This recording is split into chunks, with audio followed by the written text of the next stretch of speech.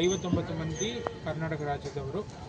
ಇದರಲ್ಲಿ ಕೆಲವೊಬ್ಬರು ಮೆಂಟಲಿ ಚಾಲೆಂಜ್ಡು ಇದ್ದಾರೆ ಮತ್ತು ವಿವಿಧ ಕಾಯಿಲೆಯಿಂದ ಹೊರಳುವವರು ಕೂಡ ಇದ್ದಾರೆ. ಇವರೆಲ್ಲರಿಗೂ ಒಂದು ಸಮಗ್ರ ಅಭಿವೃದ್ಧಿಗಾಗಿ ಭಾಳಷ್ಟು ಕೆಲಸಗಳನ್ನು ವಿವಿಧ ಇಲಾಖೆಗಳ ಸಹಕಾರದೊಂದಿಗೆ ಸಮಾಜ ಕಲ್ಯಾಣ ಇಲಾಖೆ ವತಿಯಿಂದ ಹಮ್ಮಿಕೊಳ್ಳುತ್ತಾ ಇದ್ದಾರೆ.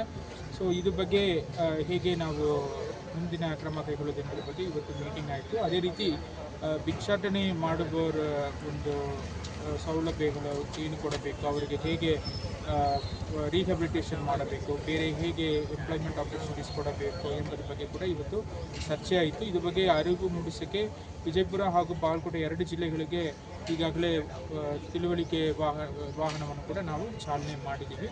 ಆದ್ದರಿಂದ ಎಲ್ಲಿ ಕೂಡ ನಮ್ಮ ಜಿಲ್ಲೆಯಲ್ಲಿ ಭಿಕ್ಷಕರು ಇದ್ದರೆ, ಅದೇ ರೀತಿ ತುಂಬ ವಯಸ್ಸಾದವರು ನಿರಾಶ್ರಿತರು ಇದ್ದರೆ ಇಮಿಡಿಯೇಟ್ಲಿ ಸಂಬಂಧಪಟ್ಟ ಅಧಿಕಾರಿಗೆ ಮಾಹಿತಿ ನೀಡಿದ್ದಲ್ಲಿ ಅವರೇ ವಾಹನವನ್ನು ಕರೆದುಕೊಂಡು ಬಂದು ರಕ್ಷಣೆ ಮಾಡಿಕೊಂಡು ನಿರಾಶ್ರಿತ ಕೇಂದ್ರದಲ್ಲಿ ಒಂದು ಚಹಾ ಒದಗಿಸುವುದಕ್ಕೆ ವ್ಯವಸ್ಥೆ ಮಾಡುತ್ತಾರೆ. ಧನ್ಯವಾದ ಸರ್. ಇದು ಅರಿವು ಆ್ಯಕ್ಚುಲಿ ಈ ವೆಹಿಕಲ್ ಇರುವುದು ಭಿಕ್ಷಕರನ್ನು ರೆಸ್ಕ್ಯೂ ಮಾಡಿ ಕರ್ಕೊಂಡು ಹೋಗಿ ಆ ಸೆಂಟ್ರಲ್ಲಿ ಹಾಕೋಕ್ಕೆ ಮತ್ತು ಹಾಸ್ಪಿಟಲ್ಗೆ ಟ್ರೀಟ್ಮೆಂಟ್ ಕರ್ಕೊಂಡು ಹೋಗೋಕ್ಕೆ ಅದಕ್ಕೆಲ್ಲ ಯೂಸ್ ಮಾಡ್ತಾರೆ. ಈಗ ನಾವು ಅದನ್ನು ಅರಿವು ಮೂಡಿಸೋಕ್ಕೆ ಸ್ವಲ್ಪ ದಿನ ಯೂಸ್ ಮಾಡಿದ್ದೇವೆ.